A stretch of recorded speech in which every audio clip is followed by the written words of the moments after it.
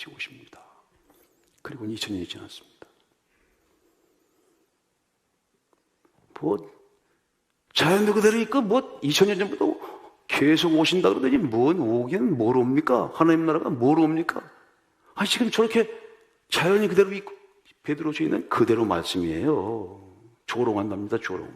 언제 가요? 언제 와요? 하나님의 말씀으로 천지가 창조됐다는 하루 만에 창조됐다는 사실을 풀어이죠. 요한계시록의 말씀은 하루 만에 하나님의 심판이 임할 것이라 하십니다.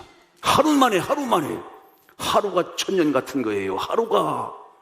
그 하루가 1000년 같다는, 그래서 영원한 하나님의 시간이 시간 속으로 쑥 들어오죠. 그 하루 속에 영원히 담겨져 있는 겁니다. 영원히. 오늘 이 한 시간이 아무것도 아닌 것 같지만 이 시간에 영원한 하나님의 시간이 담겨져 있습니다. 영원한 시간, 영생이 담겨져 있단 말입니다. 영생과 부활이 담겨져 있단 말입니다. 엄청난 시간이죠. 하루가 1000년 같다. 이걸 받아들이는 사람들은요, 이거 놀라운 축복이거든요. 하루가 1000년 같다는 진리를 깨달으라. 그걸 깨달을 때 신앙의 자세가 다르죠. 오늘 1000년을 살 수 있는 거예요. 오늘 1000년이 선물될 수 있는 겁니다. 오늘 1000년의 직이 다윗과 요나단 같은 그 멋진 친구도 바로 오늘 1시간 그 안에 만들어질 수 있다는 진리를 깨달아라.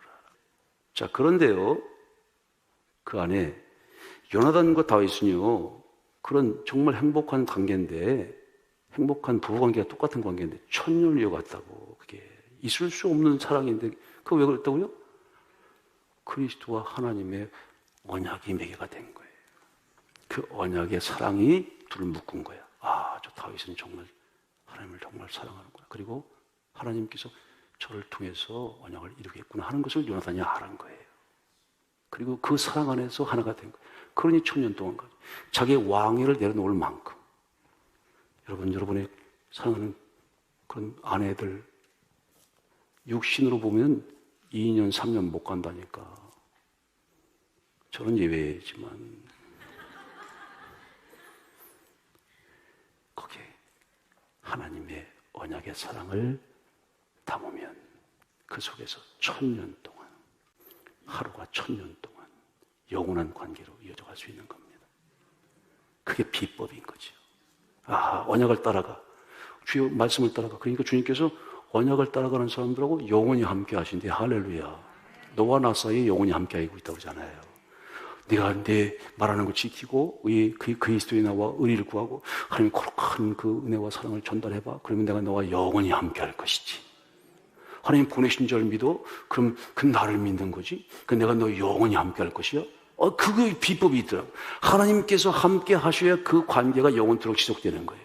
하나님의 언약과 사랑이 그 속에 담겨져 있어야 비로소 그것이 진실되게 영원토록 이어져 가는 거지.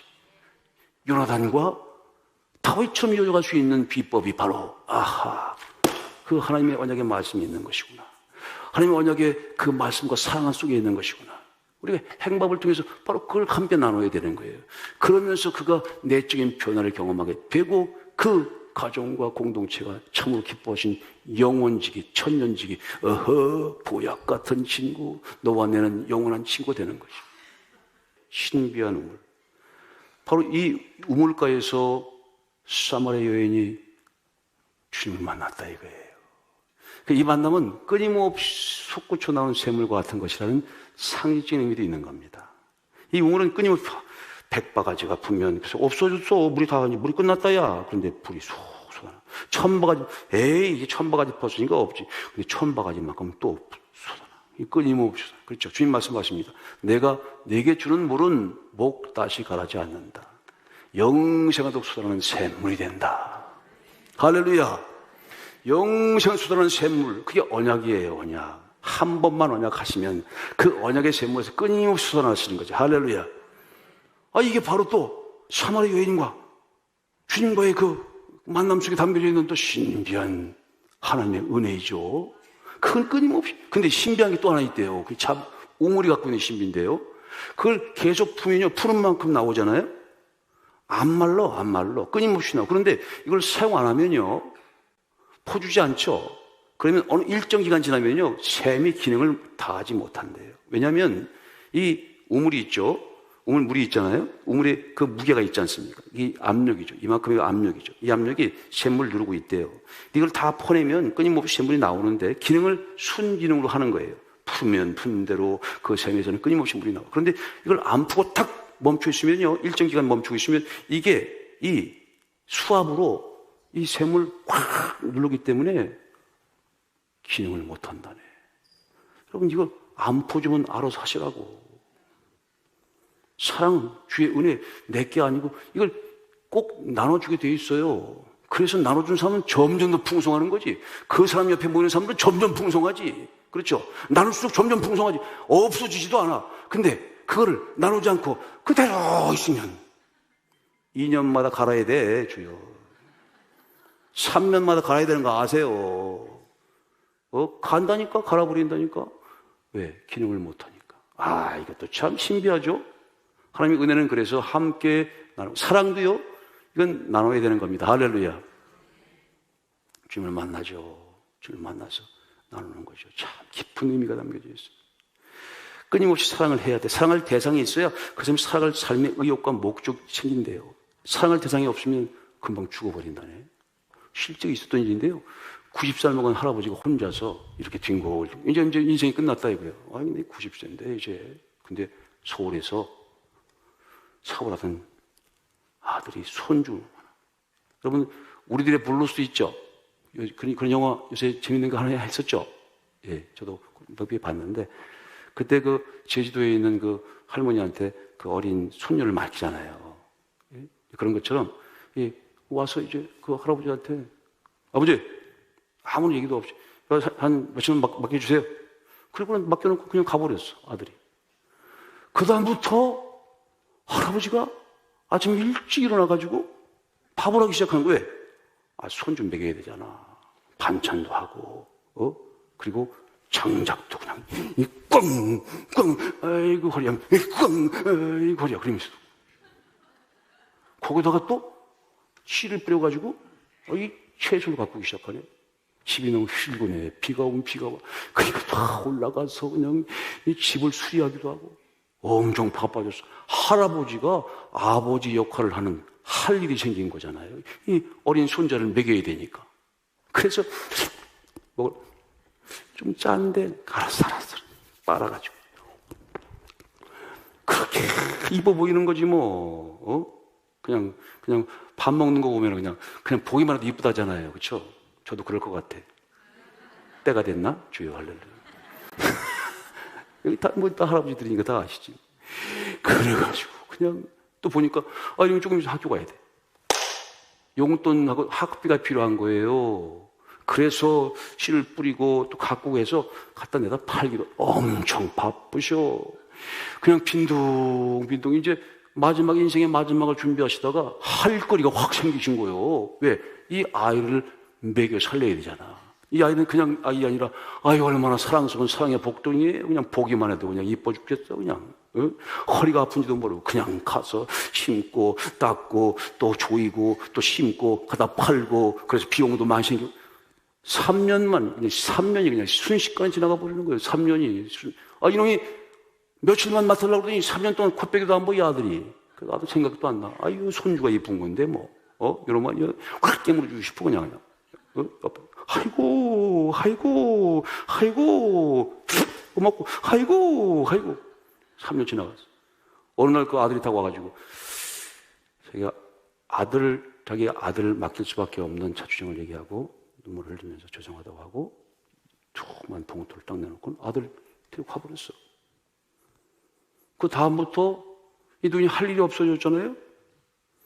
그래서 방에서 누워서 움직이지도 않고 삶의 의욕을 잃어버린 거야. 그 손주 있을 때는 그 사랑스러운 손주 때문에 뭘 해야 된다 자발적으로 하는 거지 누가 하라고 그럽니까?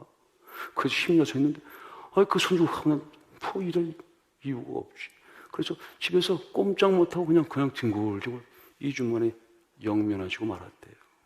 돌아가신 거예요. 뭘 생각합니까 여러분? 사랑할 대상이 있는 거 얼마나 감사한 건지 몰라요. 사랑하면요, 마음이 부드러워진대. 두려움, 마음이 긴축돼. 두려워서 막 그냥 스트레스 때문에 어떻게 살아가지고 성질을 나고 화나고 막 그러는데, 사랑할 대상이, 성공한 사람이 사랑할 대상이 떠나가 버려. 그게 무슨 성공이야? 아무리 힘들고 벼랑 끝에 있어. 그래도 사랑할 대상이, 사랑할 교회가 있고, 사랑할 교구가 있고, 사랑할 행복 밥상이 있고, 해 매길 그 뭔가 사랑할 대상이 있으면 그는 살아갈 힘이 있는 거예요. 그게 사랑의 힘이랍니다. 그 사랑의 의욕, 그 사랑의, 저도 그걸 정말 절실하게 느꼈어요. 90세, 100세가 문제가 아니야. 사랑할 대상이 있으면 죽지 않습니다. 죽을 이유가 없어. 왜? 사랑해야 되니까. 사랑해야 되는데 언제 그런 생각을 해? 그렇죠? 우리에게 그 사랑할 대상. 그렇게 우리가 육신적으로 낳는 아이도 있지만 또 마음으로 낳고 말씀으로 낳는 아이들도 있잖아요. 그게 바로 전도이기도 하고 새로운 행복 밥상을, 이거 얼마나 귀한 일입니까? 90세, 100세도 다 알 수 있는 거예요. 오늘 그렇게 죽어도 좋을 만큼한 그런 사랑, 그 사랑의 대상, 사랑의 친구, 그게 요나단한테는 다윗이었어요. 다윗에게는 요나단이었고, 예수님께는 아마 함께 가는 동반자로 사마리아 여인도 생각했을 거예요. 사마리아 여인은 주님이 위대한 영원한 친구의 동반자, 미치게 좋은 거지 뭐, 그렇죠? 한 번만 있으면 괜찮아. 살 이유가 있어야겠죠? 그거 없으면 그냥 퍼질러 있는 거야. 아무 할 일도 없고. 그래서 우리에게 주어진 이 소중한 일, 사명, 이것도 얼마나 귀한 겁니까? 이 교회가 있다는 게 얼마나 감사합니까? 각 교구에서, 각 부서에서 같이 함께 여행도 할 수 있고, 사랑할 수 있고, 깔깔대고 웃을 수 있는 그런 좋은 친구가 있다는 게 얼마나 감사합니까? 미치도록 감사한 일이지. 은혜와 사랑을 나누면 나눌수록 커집니다. 이 하나님에게는 잘 될 수밖에 없어요. 잃어버린 영혼들은 다 올 것입니다. 하나님 씨가 아니면 못 오지만, 하나님의 시대는 다 올 수밖에 없어요. 녹아질 수밖에 없습니다. 함께 진정한 의미의 행복을 누릴 수밖에 없습니다. 나그네가 꼭 두 가지가 필요하다고 그러잖아요. 물과 길동무, 친구가 필요한 거죠.